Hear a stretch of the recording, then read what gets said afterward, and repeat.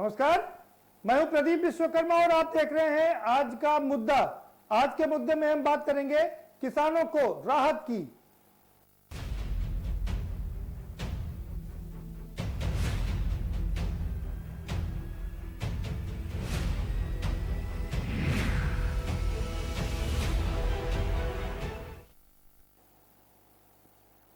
जी हां, प्रधानमंत्री ने देश को 20 लाख करोड़ रुपए का पैकेज दिया।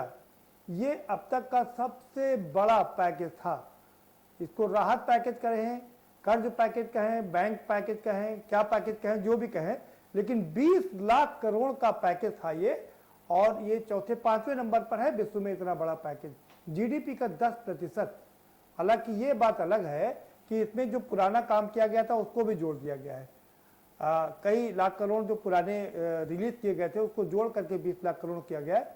लेकिन टैग लाइन प्रधानमंत्री, जैसा कि हम सब जानते हैं, बहुत सरप्राइज करते हैं। उन्होंने कहा 2020 में 20 लाख करोड़, फिगर याद रखिएगा आप, 2020 में 2020 में 20 लाख करोड़ का पैकेज, बहुत बड़ी बात है। 20 लाख का हमारा जो बजट है देश का, वही 30 लाख 30.5 लाख करोड़ का बजट है। इससे अंदाजा आप लगा लीजिए कि कितनी बड़ी ये राहत पैकेज है। आज सीतारमण ने दूसरी कड़ी में, कल जो उन्होंने एमएसएमई को राहत दी थी, आज दूसरी कड़ी में उन्होंने प्रधानमंत्री के अनुसार रेहड़ी वालों को, ठेले वालों को और इसके साथ साथ में किसानों को भरपूर राहत दी है। उन्हें आत्मनिर्भर बनाने का प्रयास किया है। देश में 80 करोड़ राशन कार्ड धारक हैं। उन राशन कार्ड धारकों को एक आत्मनिर्भर बनाने के, आत्मसंबल बनाने के लिए एक नई योजना का आगाज किया है। वो ये आगाज है one nation one ration card. आप कहीं भी हों, ये राशन कार्ड पोर्टेबिलिटी भी लागू हो जाएगी। आप अगर उत्तर प्रदेश में रहते हैं, आंध्र प्रदेश में जाते हैं, वो राशन कार्ड आपका वहां भी चलेगा, वहां से आप सामान ले सकते हैं। आप अगर तमिलनाडु में रहते हैं, यूपी आते हैं, उत्तर प्रदेश में भी आप राशन ले सकते हैं, कहीं कोई आपको दिक्कत नहीं है। और अगले 2 महीनों तक करीब 8 करोड़ किसानों को फ्री राशन देगी सरकार, बड़ी राहत दिया है।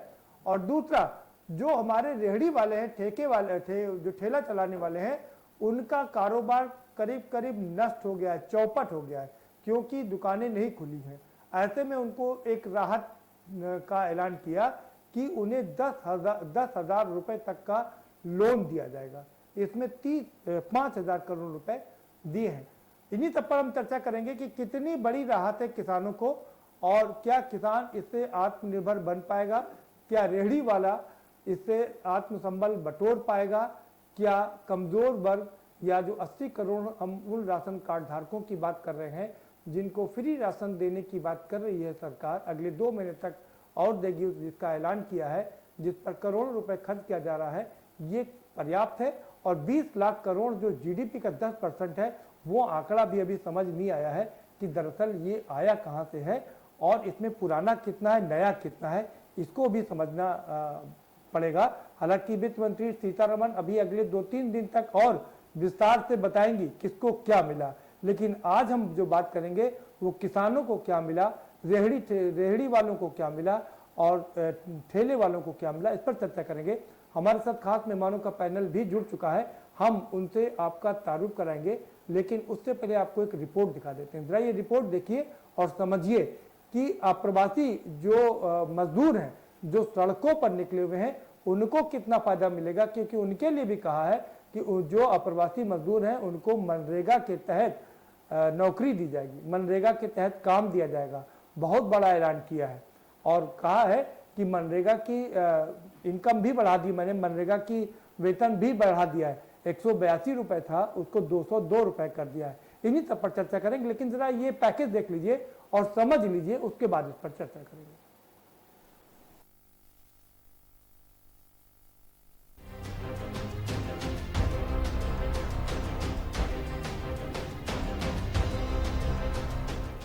कोरोना संकट और लॉकडाउन से खस्ताहाल देश की अर्थव्यवस्था को फिर से पटरी पर लाने की कवायद जारी है। प्रधानमंत्री मोदी के 20 लाख करोड़ के पैकेज का ऐलान के बाद वित्त मंत्री निर्मला सीतारमण चरणबद्ध तरीके से अलग अलग सेक्टर्स के लिए राहत की घोषणाएं कर रही हैं। इसी कड़ी में गुरुवार को वित्त मंत्री ने किसान, प्रवासी मजदूरों, रेहड़ी पटरी वालों के लिए राहत का ऐलान किया है। वित्त मंत्री निर्मला सीतारमण ने गुरुवार को राहत पैकेज से जुड़ी अपनी लगातार दूसरी प्रेस कॉन्फ्रेंस में बड़ा फोकस प्रवासी मजदूरों और किसानों पर किया। कोरोना संकट के दौरान किसानों और रूरल इकोनॉमी के लिए सरकार बड़े पैमाने पर लोन बांट रही है। वित्त मंत्री के मुताबिक 1 मार्च से 30 अप्रैल के बीच 86,600 करोड़ रुपए के 63 लाख कृषि लोन मंजूर किए गए हैं। 25 लाख नए किसान क्रेडिट कार्ड जारी किए गए, जिसकी लोन लिमिट 25,000 करोड़ रुपए है। फसली लोन पर जो रीपेमेंट की तारीख 1 मार्च थी, उसे बढ़ाकर 31 मई 2020 कर दिया गया है। वित्त मंत्री ने अपनी प्रेस कॉन्फ्रेंस में जानकारी देते हुए बताया, 3 करोड़ किसानों ने लोन मोराटोरियम पीरियड का फायदा उठाया है। राज्यों ने किसानों को 6,700 करोड़ की मदद दी है। फसल कर्ज की अदायगी की समय सीमा बढ़ाई गई है। वित्त मंत्री की आज की घोषणा प्रवासी मजदूरों, स्ट्रीट वेंडर, स्मॉल ट्रेडर्स और छोटे किसानों के लिए रही। 1 जून से 1 नेशन 1 राशन कार्ड लागू करने, न्यूनतम वेज में क्षेत्रीय असमानता खत्म करने और नियुक्ति पत्र देने, सभी कर्मचारियों के लिए सालाना हेल्थ चेकअप अनिवार्य करने और प्रवासी मजदूरों के लिए सहायता और मनरेगा के तहत रोजगार देने, न्यूनतम मजदूरी बढ़ाकर 202 रुपए किए जाने जैसे बड़े ऐलान शामिल हैं।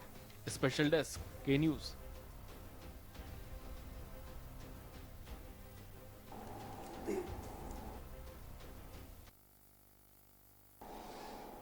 जी हाँ, तो ये तस्वीर है जो किसान, जो अप्रवासी मजदूर पैदल चल रहे हैं, बच्चों को गोद में लिए हैं या तो सर पे बैठा ले हुए हैं, बैग हाथ में लिए हुए हैं या सर पे रखे हुए हैं।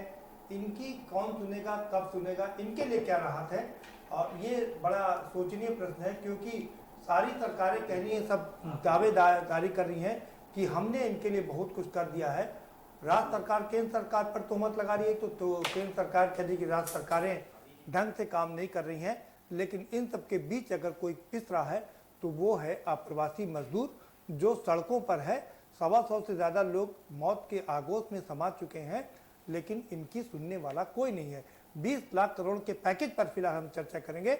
हमारे साथ जो खास मेहमान है उनसे हम आपका परिचय करा देते हैं। आकाश राय हमारे साथ हैं, भारतीय जनता पार्टी के नेता है, स्वागत है आपका। भूपेंद्र तिवारी जी हमारे साथ में, अर्थशास्त्री हैं, स्वागत है आपका भूपेंद्र जी। और हमारे साथ खास मेहमान आलोक वर्मा है, वो प्रवक्ता है भारतीय किसान यूनियन के, आपका भी स्वागत है। आलोक तिवारी हमारे साथ में जुड़ चुके हैं, कांग्रेस के नेता हैं। आलोक जी, आपका भी स्वागत है। और साथ ही साथ में अब से कुछ देर बाद हमारे साथ एक और खास मेहमान जुड़ेंगे, और जब वो जुड़ेंगे तो हम उनका आपसे परिचय जरूर करवाएंगे। सीधा रुक करेंगे आकाश राय का। आकाश राय जी, बड़ी छूट। प्रदीप जी, 2014 में जब प्रधानमंत्री जी ने शपथ लिया था तो संसद के पटल पे उन्होंने कहा था कि हमारी सरकार गरीबों को समर्पित सरकार है। चाहे गरीब हो, मजदूर हो, किसान हो, शोषित, वंचित, दलित, जो लोग भी हों, उनके लिए हमको काम करना है। और पिछले 6 साल का ट्रैक रिकॉर्ड देखें तो जितनी भी हमारी योजनाएं हैं कल्याणकारी, वो इन्हीं पे केंद्रित होकर बनाई गई थी और उसका लाभ भी इस लॉकडाउन के दौरान मिला है। लेकिन अभी जो तस्वीरें आ रही थी और जो तस्वीरें अभी भी हम लोग देख रहे हैं प्रवासी मजदूरों के पैदल चलने को और बहुत प्रकार की समस्याओं को, उसको लेके आज जो घोषणा हुई है वो निश्चित रूप से बहुत ही सराहनीय है।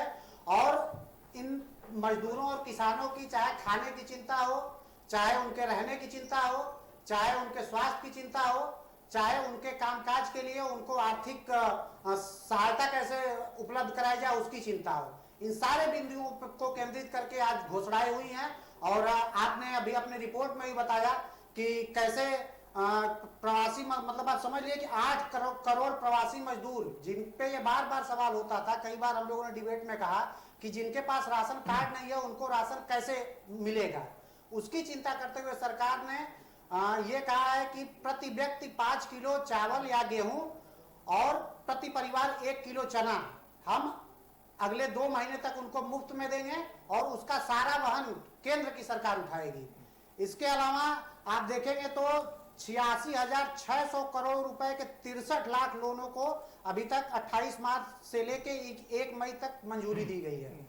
इसके अलावा किसान क्रेडिट कार्ड की बात करेंगे तो 25 लाख नए किसानों को भी हमने क्रेडिट कार्ड दिए हैं। 2.5 करोड़ किसानों को केसीसी के जरिए, उसमें मछुआरे भी शामिल हैं, पशुपालक भी शामिल है, उनको कोऑपरेटिव और ग्रामीण बैंकों के जरिए उनको लोन उपलब्ध कराने की व्यवस्था सरकार करने जा रही है। इसके अलावा आपने एक और कदम, बहुत अच्छा कदम देखा कि जो भी हमारे ठेले कोंचे या ये लोग थे, उनकी भी चिंता सरकार ने की है और ऐसे हमारे कम से कम 50 लाख लोगों को इसका लाभ मिलेगा कि 5,000 से लेकर 10,000 तक उनको आर्थिक सहायता सरकार उपलब्ध करवाने जा रही है। और उसमें एक चीज ये भी है कि जो लोग डिजिटल पेमेंट करेंगे उनको सरकार और छूट देगी और आगे उनको और भी लोन मुहैया सरकार कराएगी।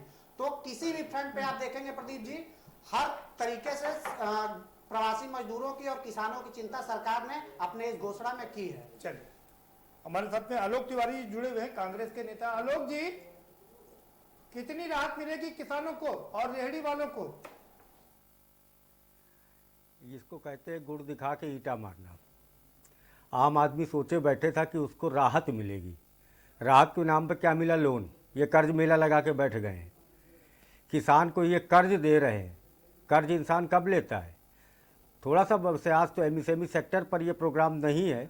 मैं बता दूं कि एमएसएमई सेक्टर की क्या हालत है कि ये जो है अक्टूबर से लोन देंगे। एमएसएमई सेक्टर वो बनाएगा किसके लिए? हमें पीछे जाने की ज़रूरत है।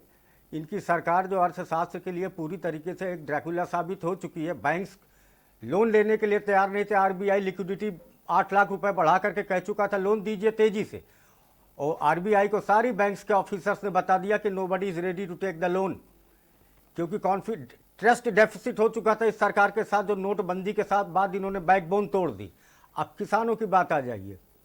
किसान को दो किस्म का किसान होता है। एक किसान भूमिहीन किसान होता है, एक किसान भूमि वाला किसान होता है। आज मर रहा है किसान। इन्होंने कर्ज माफी किसान की करी, 2 लाख करोड़ रुपए कर्ज माफी थी, आपने कर्ज माफी करी। और बड़ी हंसी आती है कि इनकी सरकार जो है गरीबों के लिए प्रतिबद्ध है। अभी अभी पूरी निर्लज्जता दिखा करके आपने उन भगोड़ों का कर्ज माफ कर दिया जिसके साथ प्रधानमंत्री जी दावोस में फोटो खिंचा के आए और इंटीगा में जिनकी व्यवस्था करा के आए। और इन किसानों के लिए प्रतिबद्ध है। और जो गरीब आदमी की बात आप कर रहे हैं, रेडी वाला कर्ज लेगा, बैंकों में नाक रगड़ेगा जाकर के। कर्ज जरा एक दिन ये लेके दिखा दें रेडी वाला की हालत क्या है। मैं एक प्रोफेशनल एडवोकेट भी हूं। मैं अपनी कोर्ट के आसपास देखता हूं। मैं बराबर ये सोच रहा हूं कि वो किस हालत में होंगे जो एक दिन में 50 समोसे 100 चाय बेचते हैं। वो डिजिटल पेमेंट पा करके छूट देंगे। आप इंडिया में बैठे हैं कि फिनलैंड में बैठे हुए हैं? उनको लोग जी। आलोक तिवारी जी, ठीक है, आएंगे आपके पास दोबारा से। आपका समय समाप्त हो गया है और आपसे एक अनुरोध भी जरूर करेंगे कि आप जब भी अपनी बात रखें, आप चूंकि एक वकील भी हैं, तो बातों की मर्यादा को और उसकी गंभीरता को अरे मैम, आप इसी समय बता दीजिए मैंने मर्यादा कौन सी उल्लंघन की। अगर मैंने कुछ भी झूठ बोला मैं प्रोग्राम छोड़ के चला जाऊंगा। मैं माफी मांगूंगा, मैं सार्वजनिक माफी मांगूंगा। जो सत्य है वो बोला है आपने। आप बेवजह मुझे एलिगेट कर रहे हैं। निर्लज्ज बिल्कुल। जब देश का गरीब आदमी जिसके पैर के चीथड़े उधड़ रहे थे, जब हम जैसे लोग बेरोजगार बैठे हुए हैं, तब राइट ऑफ लोन किसका किया गया? देख रहे हैं जी, तब राइट ऑफ लोन किसका किया गया? आज आलोक तिवारी जी, आप अपने तथ्यों को कायदे से रखिए। आपको इससे इनकार नहीं है जी, लेकिन शब्दों का चयन अच्छा होना चाहिए। बिल्कुल, ये निर्लज्जता थी। अनुरोध ही कर रहा हूँ जी, निर्लज्जता थी। ये हम सबको पिंच करिए, देश के आम आदमी को पिंच करिए। ये ठीक। अब दूसरे लोग कहेंगे तो इसमें असंसदीय भाषा का प्रयोग हो जाएगा। ये असंसदीय भाषा नहीं, ये शुद्ध हिंदी का शब्द है। ऐसी भाषा का प्रयोग मत कीजिए। ठीक है, चलिए जी, ठीक है। मुझे पता है निर्लज्जता, मुझे भी पता है। मुझे मत सिखाइए तिवारी जी। मैं सिखा नहीं रहा हूं। मैं भी किस तरह से पत्रकारिता कर रहा हूं, शब्दों का आप उससे उलझ के टाइम मत खराब कीजिए। मैंने आपको तो कुछ नहीं कहा। मैंने आपसे अनुरोध किया। मैंने आपका ठीक है, मैं आपके अनुरोध को ऑनर कर रहा हूं। नहीं, आपने मुझसे नहीं कहा। लेकिन टीवी डिबेट में करोड़ों लोग आपको देख रहे हैं। ये थी आलोक वर्मा जी का रुख करेंगे। ये थी भगोड़ों का कर्ज माफ किया गया है। ठीक है, ठीक, बात सच बोली है मैंने। ठीक है, उस पर आप नहीं, गुस्सा नहीं। सच बहुत कड़ू होता है। ठीक है जी, आलोक हो गई। ठीक है आलोक वर्मा जी, किसानों के लिए तमाम घोषणाएं की गई यार। आपकी क्या राय है? आप क्या सोचते हैं? देखिए प्रदीप जी, किसानों के लिए जो आज सरकार के द्वारा घोषणाएं की गई हैं, उनको अगर आप गहराई से समझेंगे तो किसान की जो मूल मांगे थी उन पर सरकार ने ध्यान नहीं दिया। ऐसे कोरोना काल में किसान पहले से बर्बाद था और कोरोना काल ने उसमें आग में घी डालने का काम कर दिया। हमारा जो गांव का किसान था उसकी फसलें बर्बाद हो गई। आपने देखा होगा कि पहले भी बेमौसम बरसात, ओले पत्थरों से उसकी फसलें बर्बाद हो गई। तो किसान की इस देश के सरकार से इतनी मांग थी कि आप हमारे फसलों को सरकारी दाम पे खरीदिए, हमें उसका पैसा दीजिए, हमें टाइम पे भुगतान दीजिए, हमें कर्ज की जरूरत नहीं है। और प्रदीप जी, एक चीज मैं और आपको बता देना चाहता हूं कि कर्ज में तो किसान वैसे भी डूबा है, और कर्ज और केसीसी देकर उसको और कर्ज में डुबाकर सरकारें क्या चाहती हैं। जो मूलभूत मुद्दा है एमएसपी पे खरीद, कभी भी वित्त मंत्री जी ने इस पे बात नहीं की, और एमएसपी खरीद की 100% गारंटी सुनिश्चित करें और कहें। और प्रदीप जी, एक चीज मैं आपको और बताना चाहता हूं, आज एक चैनल पे सबको पता है कि प्रधानमंत्री श्री योगी आदित्यनाथ जी ने एक बयान दिया था कि जो किसान खरीदारी केंद्र पर नहीं पहुंच सकते, सरकार उनके डोर टू डोर खरीदने की व्यवस्था करेगी। उसको आज हमारे उत्तर प्रदेश के कैबिनेट कृषि मंत्री सूर्य प्रताप शाही जी ने नकार दिया है, और वो चीज कहा है कि किसने ऐसा कहा है मुझे नहीं मालूम, ऐसा कुछ नहीं कहा गया जी। तो सरकार की मंशा पे आप साफ साफ देखिए। नहीं, मैं अभी आलोक जी, मैं आपसे बहुत उससे कहना चाह रहा हूं, अभी हम बहुत गंभीर विषय पर चर्चा कर रहे हैं। बिल्कुल। और प्रदीप जी, एक चीज मैं और आपको बताता हूं, जो 20 लाख करोड़ रुपए का जो पैकेज है, आप इसको अगर पूरा ध्यान से देखेंगे तो इस पे प्रधानमंत्री जी ने कहा था कि हम पूर्व में जो घोषणाएं कर चुके हैं, पैकेज दे चुके हैं, वो भी इसमें सम्मिलित है। और मैं इसका बैकअप आपको बता रहा हूं कि केंद्र के द्वारा जो पहला पैकेज घोषित किया गया था वो 15,000 करोड़ रुपए का था।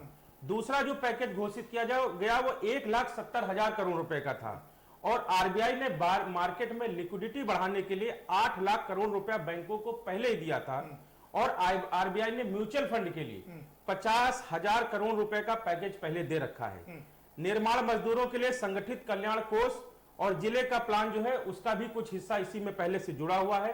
किसान सम्मान निधि के नाम पे 15,841 करोड़ रुपए का भी इसमें घोषणा की गई है। तो अगर इसको 20 लाख करोड़ के पैकेज में इसको जोड़ देते हैं तो ये लगभग 11 लाख करोड़ रुपया हो जाता है। बचा 9 लाख करोड़ रुपया। ये 9 लाख करोड़ रुपया उद्योग धंधे और बड़े बड़े कॉर्पोरेट जगत को जाएगा, ये किसान का मानना है। ठीक, आएंगे आपके पास में। भूपेंद्र जी हमारे साथ जुड़े हुए, एक अच्छी बात है कि वो अर्थशास्त्री है। भूपेंद्र जी, आलोक जी ने पूरी एक लिस्ट बना करके दिखा दिया है कि कितना पैसा पहले दिया गया था और वर्तमान में कितना पैसा दिया जा रहा है। आप कितना इत्तेफाक रखते हैं इस लिस्ट से?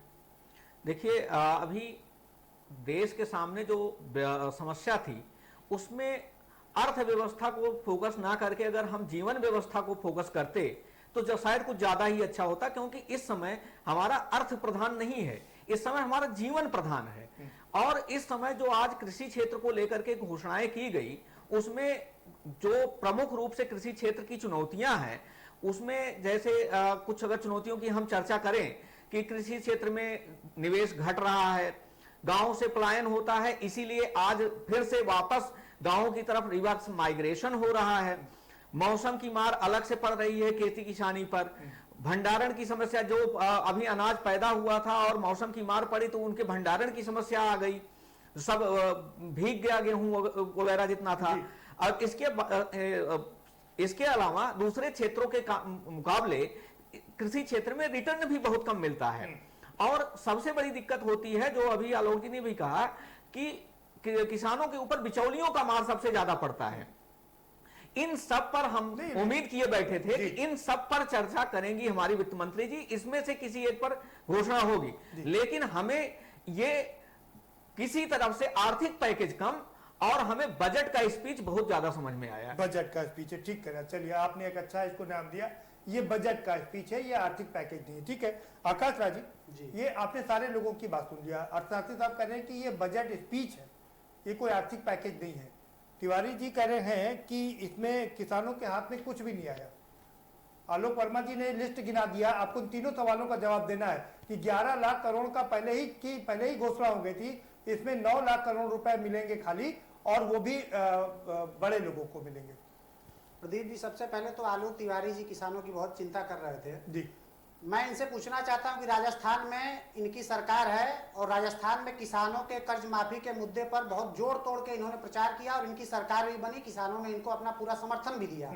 अभी तक किसानों का कर्जा इन लोगों ने क्यों नहीं माफ किया, पहले इनको यह स्पष्ट करना चाहिए अगर ये किसानों के हितैषी हैं तो। नहीं, अब हम राजस्थान पर बाद में बात करेंगे, हम आज सीतारमण पर बात करेंगे। नहीं, मैं पहले आपसे एक एक करके बात कर लेता हूँ, फिर राजस्थान पर, क्योंकि हम राजस्थान चले जाएंगे तो देश की बात नहीं कर पाएंगे।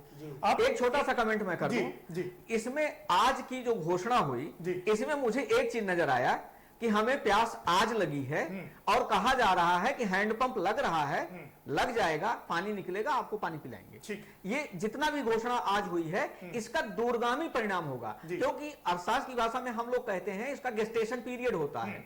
जो भी आज हम कदम उठा रहे हैं उसका तात्कालिक लाभ नहीं मिलने वाला है। जब जो मर्ज है उसमें हमें आज तात्कालिक सर्जरी की जरूरत है। भविष्य में ये सारे कदम हमको बजट के समय उठाए जाने चाहिए थे और उस समय जवाब ले। आकाश जी का जवाब। बिल्कुल मैं असहमत इसलिए हूँ कि जैसे हमने राशन देने की बात की, वो इसी समय राशन सबको मिलेगा, चाहे उसके पास कार्ड धारक हो या ना हो, वो किसी योजना में आता हो या ना आता हो, उसको हम राशन उपलब्ध कराएंगे। हमने ठेले वालों के लिए व्यवस्था की, तो अभी तो हर जगह ठेले और ये सारी चीजें बंद चल रही हैं, लेकिन एक महीने के अंदर आपने ठेले वालों की बात की है, मैं वहीं पर बात करता हूँ। वो कह रहे हैं कि ना अपने ठेले पर बात किया, 10,000 रुपए आपने उसको लोन देने के लिए बात की है, वो लोन लेने कैसे जाएगा? प्रदीप जी, उसकी सारी व्यवस्था की जाएगी। हमने उन चीजों में परिवर्तन, जनधन खाते जब खुले उसके पहले इसी देश में ऐसी स्थिति होती थी कि अच्छे अच्छे लोग बैंकों में अपना खाता खुलवाने के लिए वो मतलब चक्कर लगाना पड़ता था, लेकिन हमने परिस्थितियां बदली हैं।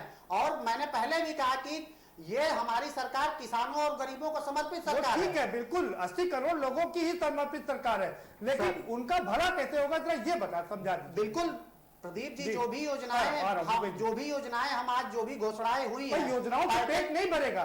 2 महीने का फ्री राशन दे दिया, ये अच्छी बात है। राशन पोर्टेबिलिटी कर दिया, ये अच्छी बात है। उनको राशन मिल जाए, उनका पेट भर जाए, ये अच्छी बात है। प्रदीप जी, अगर एक बात, जैसे हमने घोषणा किया कि जो भी प्रवासी मजदूर या जो भी कहीं पे मजदूर काम कर रहे हैं उनके रहने की व्यवस्था कम रेंट पे सरकारी जो भी प्रधानमंत्री आवास योजना उसके जरिए हम करेंगे। वहाँ के जो उद्योगपति होंगे या जो भी वहाँ की स्थानीय प्रदेश की सरकार, अभी वर्तमान में होगा ना, उसी पे मैं आ रहा हूँ। भूपेंद्र जी कह रहे हैं कि कब बनेगा मकान, कब वो रहेंगे, कब वो नौकरी करेंगे, कब वो रहेंगे। प्रदीप जी, मैं उसी पे आ रहा हूं। अगर ये व्यवस्था पहले से रही होती तो आज ये जो पैदल मजदूर घूम रहे हैं उनको घूमने की जरूरत नहीं होती। आप एक चीज बताइए, आज अगर one nation one ration card की अगर व्यवस्था हम कर रहे हैं, जी कुछ कह रहे हैं, उत्तर प्रदेश का मजदूर अगर कर्नाटक में भी रहेगा तो वहाँ पे भी आपके पास आएंगे, वो राशन ले सकता है। ठीक है, ये सारी चीजें इन्हीं लोगों के लिए तो की जा रही है। आलोक तिवारी जी का, आलोक तिवारी जी वो कह रहे हैं हमने 2 महीने का राशन फ्री दे दिया है, राशन पोर्टेबिलिटी कर दिया है और किसानों को कहीं कोई दिक्कत नहीं आ रही है, मनरेगा में जॉब बढ़ा दिए हैं। आपको क्या दिक्कत है बताइए? ऐसा है, किसान खुशहाल हो गया है। हाँ, किसान तो खुशहाल हो गया है। अभी मर्सिडीज ले आएगा जा करके। अभी हमारे अर्थशास्त्री जी तिवारी जी बैठे, बहुत अच्छी बात इन्होंने कही है कि हैंडपंप आज खोदा जाएगा और पानी कब निकलेगा, और ये 6 साल से यही शब्दबाग दिखा रहे हैं। आप बेहतर जानते होंगे, मैं स्पेशलिस्ट अर्थशास्त्री में। अरे यार, अरे जनाब, आज हमारी दम पर कोरोना से बीच में न बोलो यार, हमारी दम पे कोरोना से निपट रहे, वरना शौचालय में घुसेड़ते मरीजों को। चुप बैठो यार, बीच में मत बोला करो। तिवारी जी ने जो बात कही, ये कुशल अर्थशास्त्री चूंकि स्पेशलाइज्ड है। एक कीन्स बहुत बड़े अर्थशास्त्री हुए, ये हमेशा लॉन्ग टर्म की बात करते हैं। डिमोनेटाइजेशन के बाद उसने लॉन्ग टर्म के बारे में कहा था, in a long term we will die, है ना। क्या केवल राशन ही जिंदगी होती है? एक नोबेल लॉरिएट इसी भारत के हैं, इसी भारत। पेट भरेगा तभी तो कुछ काम। मेरी बात, मेरी आप मेरी बात सुनिए। आप कैश ट्रांसफर क्यों नहीं कर रहे हैं जी? अभिजीत बैनर्जी के साथ राहुल वो पहले से कह रहे हैं। अरे मैं मशवरा दे रहा हूं, मैं हाँ, तो ये तो अरे भाई ये तो नाश कर चुके हैं। प्री कोरोना पीरियड को उठा के देखे, ये तो नष्ट कर चुके हैं इकोनॉमी को। 45 साल की सर्वोच्च बेरोजगारी ये लेकर के आए। हमारे रास्ते पर ऐसा नहीं था। नष्ट कर चुके होते आलोक जी जी। अब आप हमसे सवाल जवाब में लग जाएंगे तो फिर आइए हम ही आप सवाल जवाब करें। जी बताएं। नहीं, हम आपसे मैंने उनसे भी सवाल जवाब किया, आप करिए, आकाश सिंह से भी सवाल जवाब मोस्ट किया। वेलकम। आप हमसे करिए सवाल, बताइए, आप जी। बताएं, मैं जवाब दूंगा आपको। नहीं, मैं बता तो रहा हूँ। हाँ। अगर पूरे देश ने उनको खारिज कर दिया है, हाँ। तो 2019 में बहुमत की सरकार क्यों बन गई, कैसे बन गई? देखिए, सरकारें हमेशा सही फैसले नहीं होते, सरकार बहुमत थोड़ी ना दे सकती, बहुमत आप के कमीशन दे फैसले सकते हमेशा सही नहीं होते। और सरकारें कैसे बनती है? अहमदाबाद में इनके एक कैंडिडेट का चुनाव खारिज हो चुका है, इसलिए इस विषय पर मत जाएं तो बेहतर होगा। कैश ट्रांसफर ये क्यों नहीं कर रहे हैं? हमारे प्रधानमंत्री 8 साल तक आपकी सरकारें बनाई, तो क्या उनका डिसीजन गलत था? अरे विषयांतर क्यों कर रहे हैं भाई? आप विषयांतर क्यों कर रहे हैं? आप जी। उस बात पर आए। नहीं, आप मेरा आप ऐसा सवाल करेंगे तो सवाल जवाब मैं बता तो, ना। आप कैश ट्रांसफर क्यों नहीं कर जी। रहे हैं? हमारे प्रधानमंत्री जी बेहतर जानते हैं कि एक जी, मनुष्य के जीवन, आपके कहने से नहीं चलेगी। अरे हमारी जी। सलाह, हमारे चलिए, ये आकाश जी, आप ही जवाब दे डेमोक्रेटिक, दीजिए भाई, डेमोक्रेटिक आप कंट्री, कैश हमारा ट्रांसफर फर्ज है इनको सलाह आप देना। ही- ये आप डेमोक्रेटिक सवाल दे सकते हैं ना, ताकि आप सवाल दे तो सकते क्यों हैं नहीं दे रहे? सरकार को। हम सवाल भी आकाश उठा, जी आपको जवाब हम देंगे, इनकी जी, नियत आकाश तो जी सवाल भी कोई उठा कोशिश नहीं सकते कर हैं, रहे। ये क्यों नहीं दे रहे? सुन लीजिए, ये क्यों? सुन अरे लीजिए, सुनिए, बाप- देखिए, आप मेरा टाइम खा रहे हैं, ये मेरा टाइम खा रहे हैं, दो आदमी मिलकर फर्ट कर रहे हैं। जी, हमारे प्रधानमंत्री जी जानते हैं कि प्रधानमंत्री भी एक व्यक्ति है, गरीब के बेटे हैं। निजी जीवन में प्रधानमंत्री जी वीडियो भी बनवाते हैं। प्रधानमंत्री बालाकोट के समय शूटिंग भी करने जाते हैं, तो ऐसे भी खर्चे होते हैं। सबने नकार दिया, उत्तर प्रदेश में आपकी 2 सीटें जीतने की हैसियत नहीं है। अरे सीटों पे मत जाइए यार। अरे यार, 2010 में जो मैगजीन लिखती थी कि हम चीन को सुपरसीड कर सकते हैं, वो मैगजीन लिखती है कि भारत रेडिकलाइज हो गया है। सिर्फ लूटने का काम कांग्रेस पार्टी ने किया है। पूरी सिर्फ लूटने का देश को काम किया। क्या एक साबित कर पाए? अरे यार, लुटेरों के साथ तुम्हारा प्रधानमंत्री बैठा नजर आता है। वहां पे किसान, अरे भाई, लुटेरों के साथ डावोस में तुम्हारा प्रधानमंत्री फोटो खिंचाता है। 1 जनवरी 18 को नीरव मोदी भागता है, और 23 जनवरी को नरेंद्र मोदी फोटो खिंचा रहा था डावोस में। बीच में मत बोला करो, आया जाया न करे तो बीच में मत बोला करो यार। दोनों से अनुरोध है कि समय खराब हो। चोरी के लिए फंड बनाया, केयर फंड, चोरी के लिए बनाया केयर फंड। बिल्कुल मैं बोलूंगा, चोर है तुम्हारा प्रधानमंत्री। अगर बीच में बोलोगे तो ये सुनना पड़ेगा। निश्चित रूप से मैं बोलूंगा। तुम्हारे प्रधानमंत्री ने ऑडिट में क्यों नहीं रखा केयर फंड को? आरटीआई के दायरे में क्यों नहीं रखा? लूट का अड्डा बना रखा है। बीच में बोल के डिस्टर्ब करते हो बात को। प्रधानमंत्री क्या होता है? आपका प्रधानमंत्री नहीं है क्या? मैं भी वही भाषा प्रयोग कर सकता हूँ। अरे बोलो ना, तो बीच में क्यों बोल रहे हो? चल पाएंगे आप। हमारे प्रधानमंत्री अरे क्या होता भाई, है? तुम्हारे प्रधानमंत्री पूरे देश के हैं। हमारे ये प्रधानमंत्री ने प्रधानमंत्री वही अपनी है, बेईमानियों को किसी छुपाने को के नहीं लिए दी। नैतिकता की हर दीवार तोड़ दी है, इसलिए इधर मत जाइए। बेईमान आप हैं, बेईमान आपकी राष्ट्रीय अध्यक्ष हैं। अरे चोर के साथ नरेंद्र मोदी देखा गया, चोर के साथ चोर बैठता है। नरेंद्र मोदी डावोस चोर के साथ बैठा था। जमानत पे, अरे जमानत पे तुम्हारा बंगारू लक्ष्मण मरा। जमानत पे तुम्हारा राष्ट्रीय अध्यक्ष चोरी पैसा लेते देखा गया, बंगारू लक्ष्मण जमानत पे मरा है यार, मुलजिम के तौर पर मरा है। राष्ट्रीय अध्यक्ष को और हमारे प्रधानमंत्री को जेल भेज दिया होता आपने। 10 साल तक हैं? आपकी थी, क्यों नहीं एंटीगा भेजा? किसकी दलाली करने गए थे? आपने जे- 60,000 की आबादी वाले मुल्क एंटीगा कौन सी गुइया की जड़ बोने गए थे? करते हैं। मेहुल चौकसी की दलाली करने गए थे। मुझे उम्मीद भी यही है। बीच में मत बोला करो, यही सुनोगे अगर बीच में बोलोगे। देश को खा चुके हो तुम, बीच में डिस्टर्ब करोगे तो यही सुनना पड़ेगा। ठीक है भाई, ये अलग अलग बात। भाई आलोक ये तिवारी टोकन जी, आपने देखा, प्रदीप जी आपने देखा होगा, मैं इनके बीच में नहीं बोला, जवाब नहीं है तो बेटा, मैं इनके बीच में नहीं बोला हूँ। सारी भाषा में जवाब मैं आप रिवर्स करके देखिए, मैं इनके बीच में नहीं बोला हूँ। ब्रेक पर जाना पड़ेगा, दोनों लोगों को रुकना पड़ेगा। अरे ब्रेक का वक्त हो चला है, छोटा सा ब्रेक लेंगे। मामला ये हम बात कर रहे हैं कि कैसे यहाँ पर किसानों को कितना लाभ मिला है, रेहड़ी वालों को कितना फायदा मिला है, लेकिन राजनीति करने वाले अपनी राजनीति से बाज नहीं आ रहे हैं, वो अपनी अपनी राजनीति कर रहे हैं। यहाँ किसानों की जान मुश्किल में है, अप्रवासी मजदूरों की जान फंसी हुई है। लोग सड़कों पर 1500 किलोमीटर 2000 किलोमीटर पैदल चल रहे हैं, जान गंवा रहे हैं। 100 से ज्यादा लोग जान गंवा चुके हैं, और यहाँ राजनीति है कि रुकने का नाम नहीं ले रही है। आएंगे छोटा सा ब्रेक लेकर, उसके बाद वापस आएंगे, आलोक जी का रुख करेंगे, किसानों की सुध लेंगे। आलोक जी कह रहे हैं कि किसानों को तुरंत राहत की जरूरत है, और वो उनकी सबसे बड़ी जो मांग है कि एमएसपी का जो दाम है उस पर तुरंत उनका सामान ही खरीद लिया जाए, बड़ी बात है। इसी पर चर्चा को आगे बढ़ाएंगे, लेकिन ब्रेक के बाद।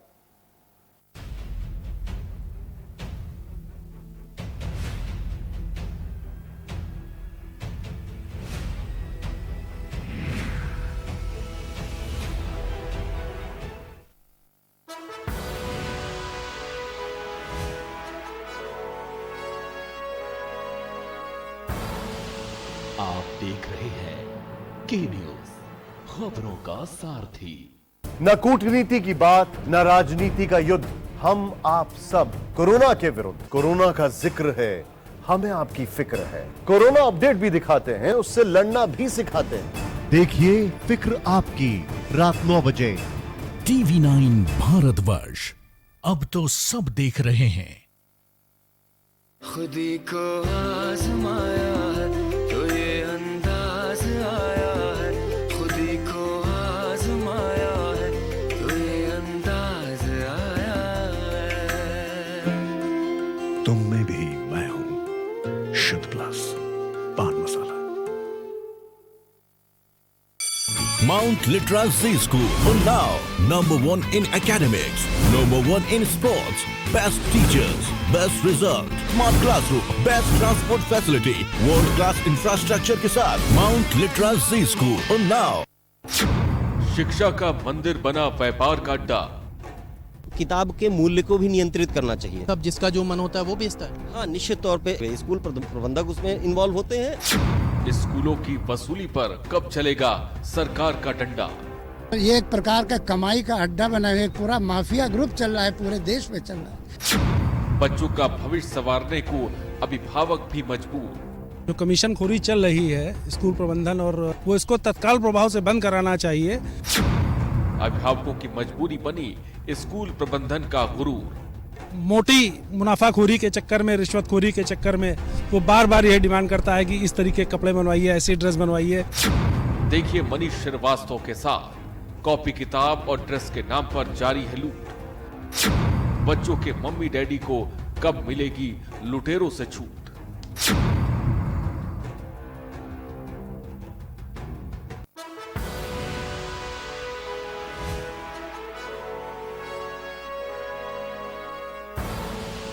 आप देख रहे हैं के न्यूज, खबरों का सारथी। करें अपने जीवन को कृतार्थ, सुने श्रीमद् भागवत कथा रोज प्रातः 6:30 बजे मेरे साथ सिर्फ के न्यूज इंडिया।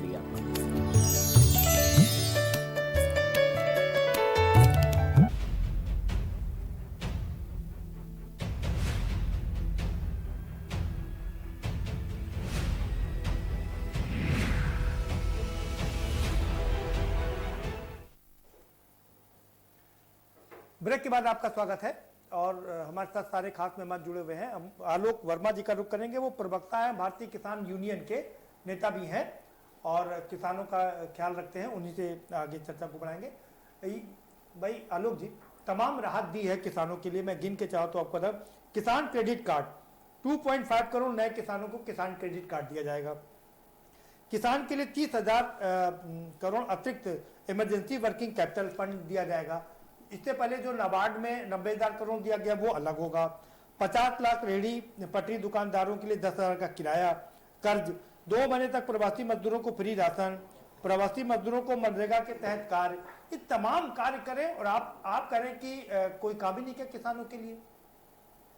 नहीं प्रदीप जी, ऐसा है कि माननीय प्रधानमंत्री जी ने जो पहले अपने सरकार में कहा था कि किसानों की आय दोगुनी करेंगे जी, आप उसी पे ये बता दीजिए कि क्या किसानों की आय दोगुनी हुई? क्या स्वामीनाथन कमेटी की सिफारिशें लागू हुई? क्या किसानों को 100%? ये जो सारे काम प्रदीप जी सुन लीजिए, सारे काम के नहीं बिल्कुल, देखिए ये आज से नहीं चल रहा है। ये पैकेज और ये घोषणा, ये हम हर साल एक बजट का हिस्सा होता है, उसमें हर बार सुनते हैं। और वाकई में आप इसको ईमानदारी से मानिए कि बजट में किसानों के लिए जितना पैसा दिया जाता है, अगर उसको ईमानदारी से धरातल पर उसका 50% भी लागू कर दिया जाए तो आज देश का किसान कर्ज मुक्त होकर आत्महत्याएं कम करेगा। नहीं तो अब तो टेक्नोलॉजी आ गई। टेक्नोलॉजी, अच्छा आप ये टेक्नोलॉजी, ये बताओ किसान टेक्नोलॉजी कर रहा है, ठीक है। आप एक तरफ टेक्नोलॉजी की बात करते हैं और एक तरफ सरकारें कहती हैं कि हम पुराने रीति रिवाज में, प्रधानमंत्री जी ने कहा था कि लोकल को ग्लोबल बनाओ, तो लोकल को ग्लोबल कैसे बनाएंगे? आपका मतलब है कि जो हमारे लोकल ब्रांड के मोबाइल है उनको आप ब्रांड मोबाइल से उनको उनके लिए प्रदीप जी मोबाइल से बात नहीं है। मैं आपको एक चीज बता दूं, सुन लीजिए। 70 साल से इस देश का किसान घाटे की खेती कर रहा है और वो नहीं मरा है। आज देख लीजिए, किसान की 70 साल में कोई सुध लेने वाला नहीं है, उसको कर्ज पे कर्ज दिया जा रहा है। लेकिन जो बड़े बड़े उद्योगपति हैं वो 50 दिन में उन्होंने हाथ फैला दिए, उनको भी कर्ज दिया जा रहा है। देखिए, कर्ज नहीं दिया जा रहा है, उनके कर्जों में राहत दी जा रही है, उनके कर्जों में राहत दी जा रही है। आपके भी चैनल पे दिखता है, देखता हूं मैं कि उनके कर्जों में बहुत बड़ी राहत दी जा रही है। हमारी फसल बर्बाद हुई, हमें क्या 2 महीने का दिया गया? 2 महीने में कौन सी फसल तैयार हो जाती है जिसको किसान बेच करके अपना कर्ज जमा कर देगा? देखिए, ऐसा कुछ नहीं है। और दूसरी चीज मैं बता जाना चाहता हूं कि देश में अगर कोई अर्थव्यवस्था संभालने वाला है तो वो किसान है, गांव है, ग्रामीण है। अगर इसको ध्यान में सरकारों ने नहीं रखा, किसान देश का निर्माता है, किसान देश का निर्माता है, लेकिन प्रधानमंत्री जी के 5 पिलर में हमारा नाम तो नहीं आया। हम तो टकटकी लगा के देख रहे थे कि इस कोरोना काल में अगर देश को बचाने वाला कोई है तो किसान है, उसमें किसान का नाम नहीं आया। तो देखिए, हमारी अपेक्षाएं जब होंगी, हमारी जब उपेक्षा होगी, एक चीज आपसे बुरा लगेगा। एक चीज आपसे समझ लेते हैं, किसान क्रेडिट कार्ड में जो पैसा दिया है वो 30,000 करोड़ रुपए अतिरिक्त दिया है, वो 90,000 करोड़ से अलग है। तो पैसा तो इन्फ्यूज कर रहे हैं ना, नहीं पैसा दे रहे हैं। तो ये बताइए, पैसा दे रहे हैं तो क्या इसके लिए क्या ऐसा प्रावधान? उद्योगों को देखिए प्रदीप, जो कर्जा दिया जाता है उसमें ये दिया जाता है, उनको प्रोजेक्ट के आधार पर दिया जाता है कि प्रोजेक्ट अगर फेल हो गया तो आपको मूलधन ही वापस करना है। और किसानों को जो केसीसी दी जाती है उसको आप देख लीजिए, 31 मई को पूरा पैसा भर करके उसको फिर से रिन्यूअल कराना होता है। आप उस किसान की व्यथा समझिए कि अगर उसके खेत में अनाज नहीं पैदा हुआ, उसकी फसल बेमौसम बरसात से, प्राकृतिक आपदाओं से नष्ट हो गई, तो वो पूरा पैसा कहां से गिरे? आप प्रदीप जी, एक चीज और देखिए, किसान को अगर हम लोग दूर करेंगे तो किसान की, ये एक किसानों में बहुत बड़ा आक्रोश है। आज जो पैकेज दिया गया उसमें हमको कर्ज में और डुबो दिया गया। और मैं साफ संदेशों में, कड़े शब्दों में कहना चाहता हूं कि वित्त मंत्री जी ने जो ये राहत पैकेज जिसमें कहा है कि हम किसान आत्मनिर्भर बनेंगे, तो इससे आत्मनिर्भर नहीं, किसान आत्महत्या की तरफ प्रेरित होगा, क्योंकि कर्ज में आपने और कर्ज देने का काम किया है। किसान लाखों की तादाद में आत्महत्या करता है। चलिए, भूपेंद्र जी हमारे साथ में अर्थशास्त्री हैं, वो समझाएंगे हमको, ये अर्थशास्त्र समझाएंगे। भूपेंद्र जी, आलोक वर्मा जी जो बात कर रहे हैं, किसान यूनियन के नेता हैं, किसानों की बात रखते हैं, कितना इत्तेफाक रखते हैं आप इनसे? देखिए, इस समय कृषि पर थोड़ा सा भार बढ़ रहा है। सरकार कह रही है कि सरकार का डेटा मैं कोट कर रहा हूं, 8 करोड़ मजदूर पलायन करके फिर से गांव की तरफ रुख कर रहे हैं। इसको हम अर्थशास्त्र की भाषा में रिवर्स माइग्रेशन कहते हैं। ये जो रिवर्स माइग्रेशन है, ये वास्तव में जा रहा है कृषि क्षेत्र पर भार बढ़ने। ये हम उसको कहते थे प्रच्छन्न बेरोजगारी। ये बेरोजगारी मतलब जाकर के दिखेगी, छिपी हुई बेरोजगारी है। ये वहां दिखेगी तो नहीं, लेकिन इनका कोई उस व्यवस्था में कोई योगदान भी नहीं होगा। अब उद्योगों से हट करके ये जब वहां पहुंचेंगे तो ये कृषि पर एक तरह से भार होगा। नंबर 1 बात। नंबर 2, जब ये ग्रामीण में पहुंच रहे हैं तो सरकार कह रही है कि इनको हम मनरेगा के मैं उसी पर आ रहा था, लेकिन मनरेगा में तो काम दे रही है ना उनको। नहीं, मैं मनरेगा का दाम भी बढ़ा दिया है, 182 रुपए से बढ़ा करके 202 रुपए कर दिया। सरकार का फिर से मैं आज ही का डेटा कोट कर रहा हूं, सरकार कह रही केवल 30% लोगों को ही न्यूनतम मजदूरी मिल रही है। मनरेगा में जो सरकार ने कोट किया डेटा, उसको 1 मिनट सुनिएगा। मैं आपको रहा हूं, न्यूनतम मजदूरी के लिए आज निर्मला सीतारमण ने कहा है जल्दी वो कानून लाएंगी, पूरे देश में न्यूनतम मजदूरी का एक समान व्यवस्था बनाई जाएगी। जी, तो उसी पर मैं एक बात कह रहा हूं कि सरकार कह रही है 10,000 करोड़ रुपए अब तक खर्च किए गए हैं, 14 करोड़ 62 लाख श्रमिक दिवस का सृजन हुआ है और 1,85,000 ग्राम पंचायतों के माध्यम से 2.33 करोड़ मजदूरों को मनरेगा में रोजगार मिला है। जरा जोड़िए, कैलकुलेट करिए, 2.25 करोड़ मजदूर हैं, 14 करोड़ आप रोजगार दिवस का सृजन किए, 2 महीना लॉकडाउन हुआ, एक मजदूर को 7 दिन का रोजगार मिल रहा है। 2 महीने के लॉकडाउन में एक मजदूर को 7 दिन का रोजगार, पहली समस्या। दूसरी समस्या, जो मजदूर टर्न अप हो रहे हैं, रजिस्टर कर रहे हैं, 40 से 45 जो आके गांव में रुक रहे हैं, 40 से 45% लोग रजिस्टर कर रहे हैं, जॉब कार्ड बनवा रहे हैं। जब वो काम उन पर उनको बुलाया जाता है तो वो इसलिए नहीं आ रहे हैं क्योंकि उनको फावड़ा चलाना आता नहीं है, और फावड़ा चलाना भी नहीं चाहते क्योंकि वो इंडस्ट्री के श्रमिक है।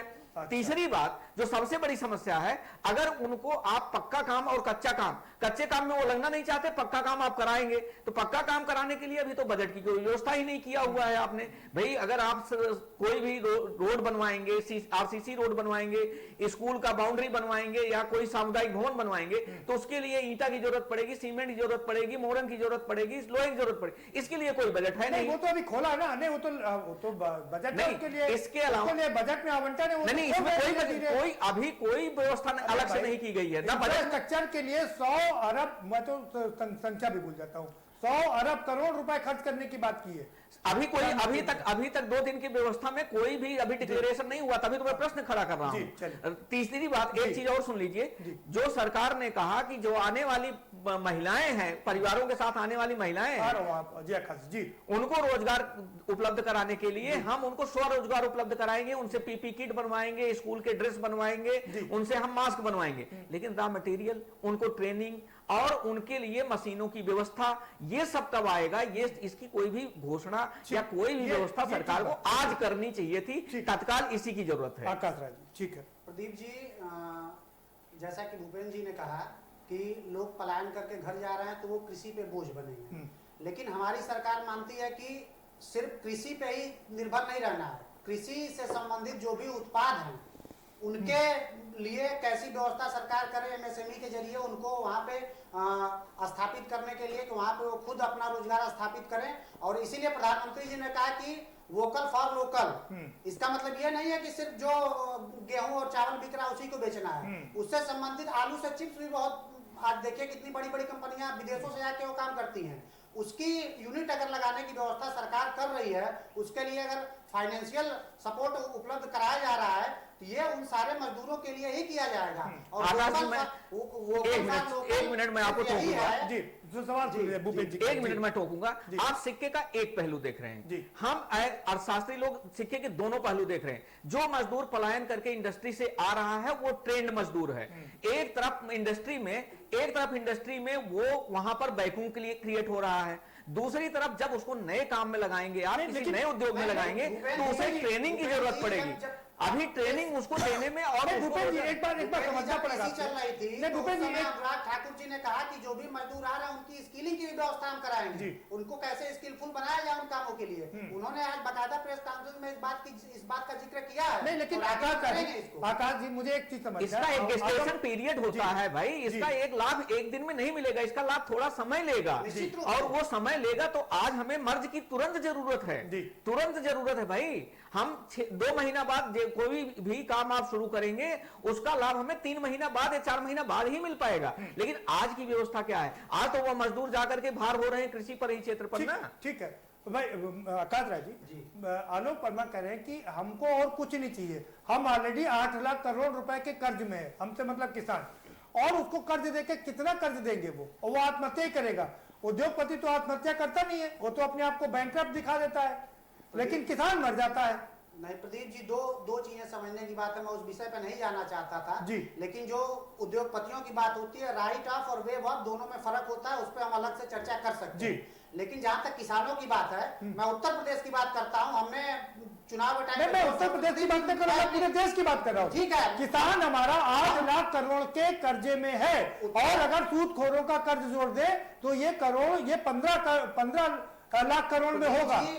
उसको और लोन देकर के हम क्या करेंगे? उत्तर प्रदेश में हमारी सरकार है भारतीय जनता पार्टी की। हमने चुनाव में गए तो हमने कहा कि जितने भी लघु सीमांत किसान होंगे उनके 1 लाख तक के कर्जे को हम माफ करेंगे, और हमारी कैबिनेट की पहली बैठक में डिसीजन लिया गया और हमने सारे किसानों को। अरे ऐसे तो राजस्थान में भी क्या, छत्तीसगढ़ में भी क्या, राजस्थान में सिर्फ बकसलेबाजी हुई है।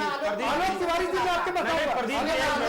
प्रदीप जी एक मिनट, अभी तक पूछना चाह रहे प्रदीप जी, देखिए बड़े भाई हमारे बैठे हुए हैं, आकाश जी, मैं इनसे पूछना चाहता हूं कि अगर आपने किसानों के लिए इतना काम कर दिया तो आपने अपने घोषणा पत्र में यह भी कहा था कि गन्ना किसानों को 14 दिन में भुगतान करेंगे। धैर्य से आप ये बताइए, इस चैनल पे आप ये कहिए कि आज की डेट में 14 दिन पहले का कोई भुगतान नहीं बाकी, आप कह दीजिए इस बात को।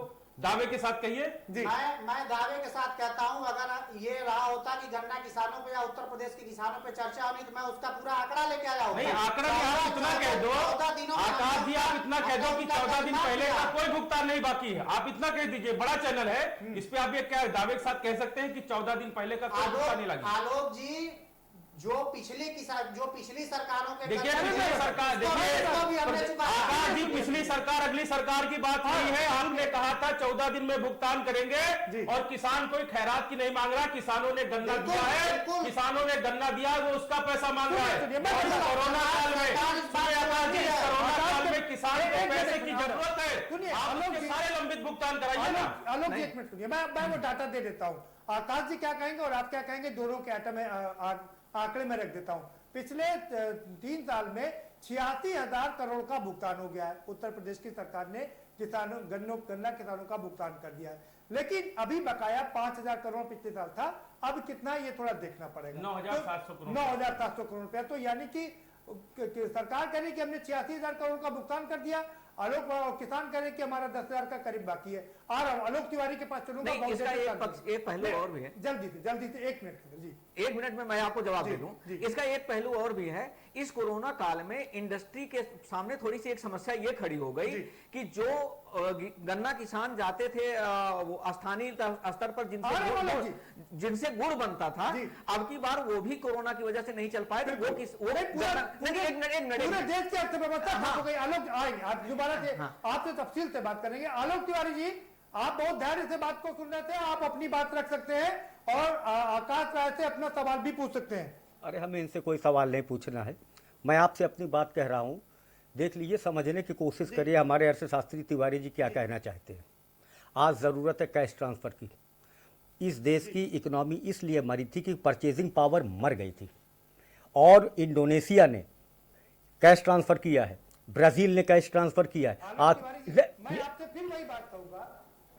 मैं आपसे फिर वही बात करूंगा, जो सरकार में होता है, सरकार चलाने की जिम्मेदारी उसकी होती है। विपक्ष की जिम्मेदारी देश का हित सोचने की होती है कि नहीं होती है। You are killing my time यार, you are killing my time. Please let me say what I want to say. I am giving suggestion, why not government is following that suggestion. हम बता रहे हैं इनके मायने क्या है। मैं पूरी बात तफसील से बता देता हूं, मैं बता दे मैं कांग्रेस पार्टी से आया हूं, आपने मुझे बुलाया किस लिए? हाँ, you can not direct the government, but I am giving suggestion. इनको कुछ नहीं आता जाता, मैं इनको कुछ नहीं आता जाता, मैं बता रहा हूँ। इकोनॉमी मरी पड़ी हुई है। हमें परचेज, देखिए इकोनॉमी 2 चीजों से चलती है, डिमांड एंड कंजम्पशन से। आज ये हालत थी कि पिछले 3-4 सालों से इंसान ने सिर्फ जरूरी खर्चों को जो है छोड़ करके बाकी खर्चे करना छोड़ दिया है। वर्ल्ड बैंक ने कोरोना के आगे का हाल बताया है कि इंसान का टोटल खर्चा केवल ग्रोसरी शॉप और केवल प्रोविजन स्टोर पर होगा। आज कैश ट्रांसफर देने की जरूरत है, ये क्यों नहीं देना चाहते? मेरी बात सुन लीजिए, ये संघियों की सरकार है, ये इस देश को न तो आर्थिक रूप से समृद्ध देखना चाहते हैं, न मानसिक रूप से परिपक्व। पढ़ लीजिए गोलवरकर की किताब माई नेशनहुड डिफाइन में यही लिखते हैं कि 95% आदमी को गरीब बना के रखो, पूंजी 5% आदमियों के पास रहनी चाहिए। इस लॉजिक से इन्होंने अमेरिका के कहने पर नोटबंदी करके देश की बैकबोन तोड़ दी। हैरिस एक जर्मन जर्नलिस्ट जिसने टोटल एलिगेट किया है, जो इकोनॉमी का जर्नलिस्ट है, कि अमेरिका के इशारे पर नोटबंदी हुई थी। देश की इकोनॉमी को ये प्री कोरोना पीरियड में खा चुके थे। अब एमएसएमई प्रोडक्ट किसके लिए बनाएगी जो लोग परचेज नहीं करेंगे? लोन इंसान तब लेता है जब अपनी कैपेसिटी देखता है कि उसको हम पे ऑफ कर लेंगे। जी आलोक तिवारी जी, हाँ? अब आपने इतने सारे एलिगेशन लगा दीजिए तो आकाश जी का जवाब ही ले। आकाश जी, क्या गोलवरकर जी की वो कहानी माई नेशनहुड डिफाइंड किताब का नाम जरा ध्यान से पढ़ लें। ये संघियों की सरकार है जी। जब इनके पास कोई जवाब नहीं होता, मैं जवाब दे तो रहा हूँ, मैं जवाब दे रहा हूँ। इनके कैश ट्रांसफर न करने का कारण और प्री कोरोना की स्टेज जो इकोनॉमी गिर गई थी। अपना इतिहास ये भूल जाते हाँ, हैं। अगर नोटबंदी गलत थी तो आपने जनता को क्यों नहीं समझाया? मैंने समझाया। 2019 के चुनाव में उत्तर प्रदेश में आप अक्सर जनता नहीं समझ पाती, जनता गलत डिसीजन लेती है। जनता को आप कम्युनलिज्म के आधार पर डिवाइड करते हैं, ये ऐसी अफीम होती है, जनता को सही बात नहीं समझ में आती है। बहुत अच्छा अच्छी बात आपने कही हाँ। कि जो कांग्रेस पार्टी का है वो सही है। यस। और जो जनता इस देश अरे की कांग्रेस पार्टी वो के गलत किए है। पर जनता आज ने एम्स भारतीय जनता जिसको राजीव गांधी को गाली दी थी, ये पीजीआई सीरीज किसका बनवाया हुआ है? नेहरू को गाली देते रहे। पहली स्वदेशी किट नेशनल वायरल इंस्टीट्यूट ने बनाई, जो पंडित नेहरू ने बनाई थी, वरना आपने तो शौचालय में क्वारंटाइन करवाते। क्या बनाया आपने? आज कांग्रेस की दम पर लड़ रहे हो कोरोना से। केवल बकवास किए तुम लोगों ने, केवल बकवास किया। अरे कांग्रेस के थैंक्स कहो, ये नेहरू, इंदिरा, राजीव के किए काम पर 45 लेबोरेटरी पंडित जी ने तब बनाई थी जब देश में कुछ नहीं था। तो आप बताइए केंद्र सरकार को। ये एम्स किसने बनाए हैं? ये पीजीआई किसने बनाए? ये हॉस्पिटल चेन किसने बनवाई है? आज की ताजा खबर। और प्रधानमंत्री झूठ बोलते हैं कि पीपीई किट नहीं बनती थी। अरे पीपीई किट नहीं बनती थी तो 19 तारीख तक एक्सपोर्ट किसका कर रहे थे आप? एक्सपोर्ट किस? और आज की ताजा खबर, अगर पीपीई किट इतनी बन रही तो अहमदाबाद के सरदार पटेल हॉस्पिटल में आज डॉक्टरों ने स्ट्राइक की थी कि उनको कायदे के मास्क को किट नहीं मिल रही है। आज की बात है। वो इकोनॉमी कितने खतरनाक मोड में जाने वाली है कि उबर ने आज जो है जहां जहां इंस्टीट्यूट में जाकर के प्लेसमेंट के लेटर दे आते थे विथड्रॉ कर लिए, और कॉर्पोरेट ने 40% सैलरी खत्म करने के लिए क्या, और हुकूमत नाकाबिल लोगों के हाथ में जो नोटबंदी जैसा खिलवाड़ करते अपने देश की बैकबोन तोड़ देते हैं। और 9 लाख करोड़ की नोटबंदी मनी लॉन्ड्रिंग थी। आलोक तिवारी जी, आप जनता को क्यों नहीं समझाते? अरे जनता समझेगी, जनता पूरी तरीके बर्बाद होकर समझेगी। मैं कह रहा हूं कि आज समझ जाइए, कांग्रेस के अलावा कोई विकल्प नहीं इकोनॉमी में इनके। अरे एक नाम बता दे इनके यहाँ जो इकोनॉमिस्ट हो। अरे भैया वित्त राज्य मंत्री कहता गोली मारो सालों को, वित्त राज्य मंत्री कहता गोली मारो। 1,76,000 करोड़ की डकैती डाली रिजर्व बैंक में, फाइनेंस मिनिस्टर कहती मुझे मालूम ही नहीं है कहाँ जाएगा पैसा। ये कैलिबर है इन लोगों का। अरे भूल जाओ यार, इकोनॉमिक्स की स्पेलिंग तुम्हारे प्रधानमंत्री नहीं जानते होंगे यार। अरे हमारे पास गैलेक्सी है, हमारे पास इकोनॉमी की गैलेक्सी है। अरे तुम्हारी वित्त मंत्री हमारे टीवी प्रवक्ता गौरव वल्लभ से बहस करके देख ले। अरे तुम्हारे प्रधानमंत्री राहुल गांधी से बहस करके देख ले। हमारे पास गैलेक्सी है इकोनॉमी की। हमारी यूनिवर्सिटी में बैठ के लिब्बे का पाठ पढ़ो इकोनॉमी के। वित्त मंत्री कहती थी मुझे मालूम ही नहीं 1,76,000 करोड़ रुपया लूट लिया। अरे इतनी अच्छी इकोनॉमी 70 साल में पहली बार डिजास्टर्स फंड लूट लिया इन्होंने रिजर्व बैंक से। और वित्त मंत्री कहती मुझे मालूम नहीं है कहाँ जाएगा। ये है इनके वित्त राज्य मंत्री कैसा गोली मारो। एक वित्त राज्य मंत्री था जयंत सिन्हा, वो जाता था मॉब लिंचिंग वालों को माला पहनाने। ये तो स्टफ है इनके यहाँ। अरे शौचालय वालों क्या बात करते हो, बड़े लेवल की बात। अरे शौचालय वालों, शौचालय में क्वारंटाइन कराते, शौचालय में। ये हमारी देन है, ये बुनियाद कांग्रेस पार्टी की बनाई है, ये कांग्रेस की बनाई बुनियाद है जिस पर बकवास कर रहा हूँ बैठ करके। डिस्कस कर लेंगे।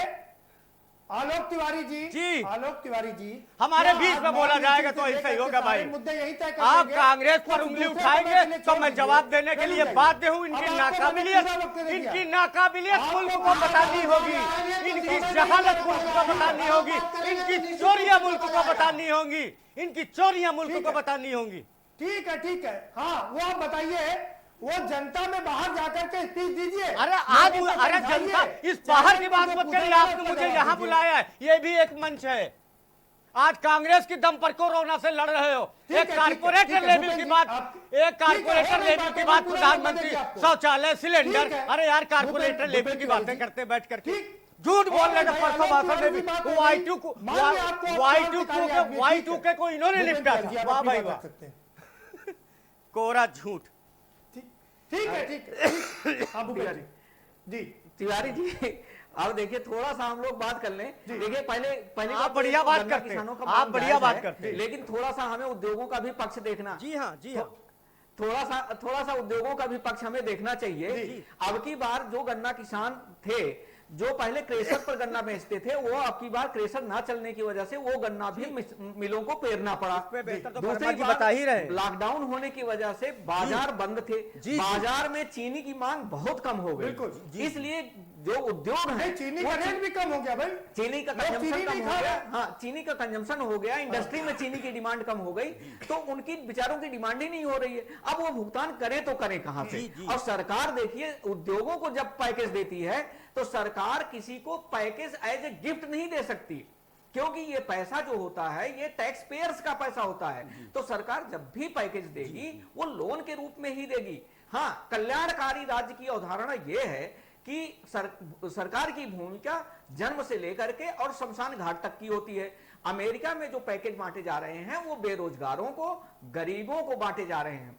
हाँ, जरूरत हमारे यहाँ भी यही है कि अच्छा, आप मैं जरा इनसे सवाल पूछ, अब तिवारी जी एक बात बताइए, मैं सपोज दैट मैं मिडिल क्लास आदमी हूँ, हमारी सरकार इस वक्त हमें पेट्रोल के दाम कम दे रही, $0 में आ गया, मैं 55 दिन से एक एडवोकेट हूँ, बेरोजगार बैठा हूँ, मेरे लिए कोई पैकेज है? इस समय पेट्रोल महत्वपूर्ण मुद्दा नहीं है। नहीं क्यों, हम आपकी बहस में तो पेट्रोल खर्च करके आए हैं।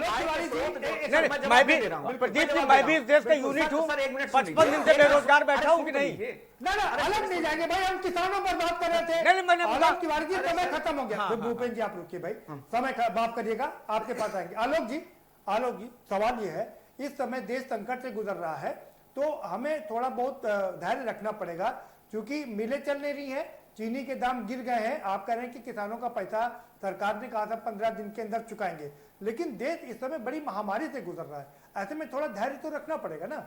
देखिए प्रदीप जी, किसान पूरी तरह से धैर्य आज से नहीं 70 सालों से रखे हैं। बिल्कुल ठीक, और बराबर वो सरकार से मांग करता आ रहा है।